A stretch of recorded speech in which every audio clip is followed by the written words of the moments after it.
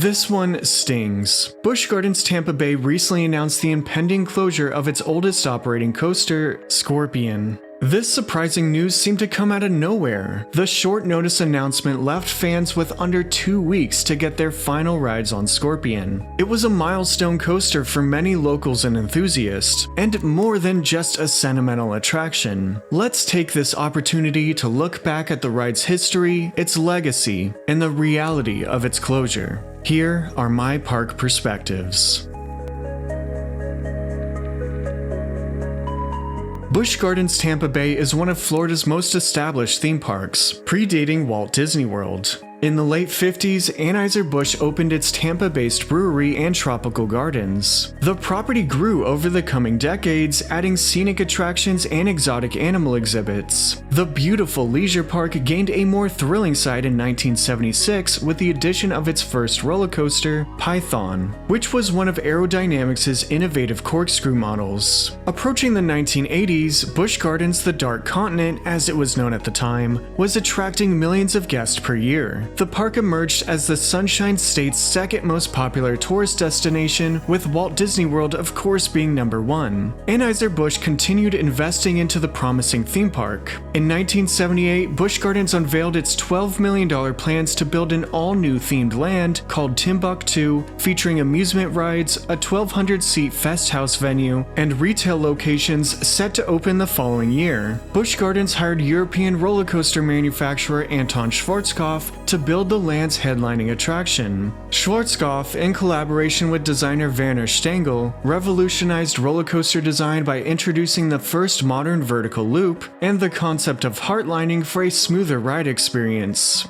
The new coaster, Scorprion, was one of Schwarzkopf's Silver Arrow models. These were generally portable coasters that could be easily relocated. Scorprion, however, was going to be a permanent installation, but still with a compact layout that could pack a punch. Scorpion's 360-degree loop was a big selling point in the park's marketing efforts. Construction progressed through 1979. Timbuktu's Fest House venue opened on Christmas Day of that year, but the other parts of the land, including Scorprion, were pushed back. Although the new Timbuktu opened to guests in early 1980, its signature attraction was still under construction into the spring. Finally, by May 16, 1980, Scorprion welcomed its first public riders. Busch Gardens invited some of the bravest celebrities to celebrate the grand opening, including a few football players from the Tampa Bay Buccaneers, a pro wrestler, a stunt driver, and other local celebrities.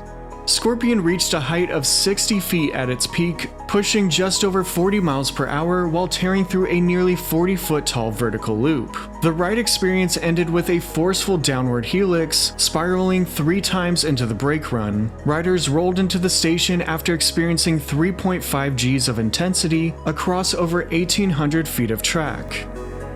Overall, Scorprion was popular when it first opened, earning generally positive reviews. It stood out for having that intimidating vertical loop at a time when not many coasters went upside down, but not too intimidating. Scorprion was just tame enough to appeal to a lot of guests. It was a solid coaster for the park, and complemented the Python corkscrew coaster nicely. Here's my honest review of the coaster. What Scorprion lacked in speed and height, it made up for in might. The bank drop packed in some good forces for being just shy of 60 feet. Scorprion wasted no time throwing you straight into that vertical loop. It was over before you knew it, but it was snappy and gave a strike of that classic Schwarzkopf intensity. The track banked hard into a bit of a turnaround, which gave a quick breather before the highlight of the ride in my opinion. Scorpion's final triple helix was a forceful finale. Many might not agree, but I believe it was the most forceful element on any coaster at Busch Gardens Tampa Bay. It was aggressive and really pushed you into your seat. Scorpion's loudly percussive track and sneaky layout made it a ferocious experience. Sadly, it was underrated. Scorprion was generally thought of as an introductory coaster, but still plenty intense with comfortable little restraints, I might add. In the early years of Busch Gardens, Scorpion and Python were a serviceable 1-2 punch. It was that way for quite some time. Busch Gardens didn't get any new coasters for over a decade from when Scorpion opened in 1980 until Kumba roared into the park in 1993. So Scorpion had significance by being a staple at Busch Gardens. It was also significant for the coaster journeys of a lot of enthusiasts and Florida locals.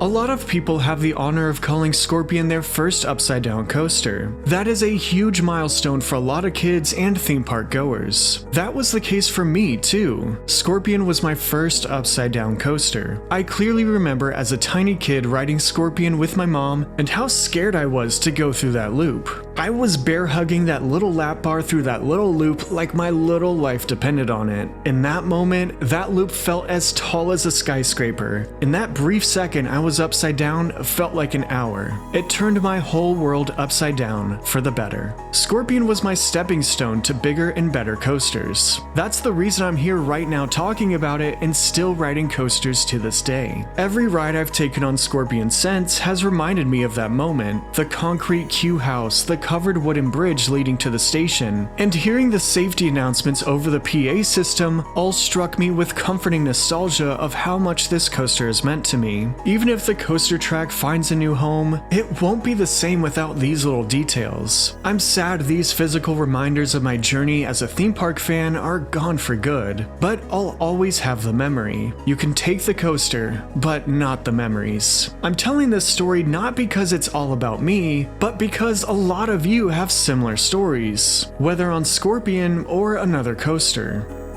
The park's original coaster, Python, closed in 2006, leaving Scorpion as the oldest operating coaster at Busch Gardens ever since. Scorpion ran for decades, with generations of riders taking on their first loop. Scorpion was sentimental, but it still had some sting. Objectively, Scorpion has long been outclassed by the park's other coasters, despite giving a strong ride experience up until 2024. I'm glad it operated as long as it did, over 40 years.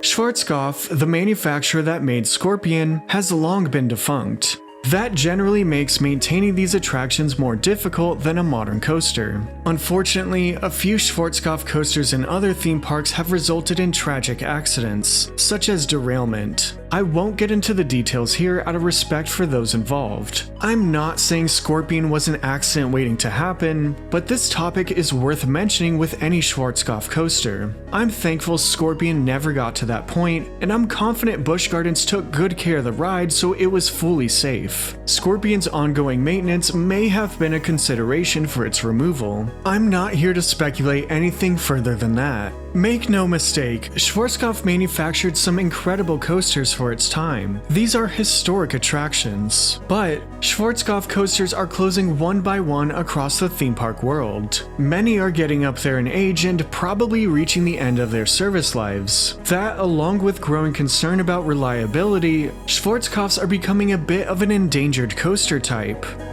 I hope Busch Gardens will honor the defunct Scorpion in the park some way. It is definitely worthy of an in-park memento, as it was many people's first upside-down coaster and made an impact for over 40 years. Alton Towers in the UK memorialized the inversions from its iconic corkscrew coaster. Six Flags Great Adventure saved a track piece from Great American Scream Machine in one of its wildlife exhibits for animals to play on. If I can't ride Scorpion during my next visit to Busch Gardens Tampa Bay, I would love to see the coaster and its iconic loop remembered along the pathways.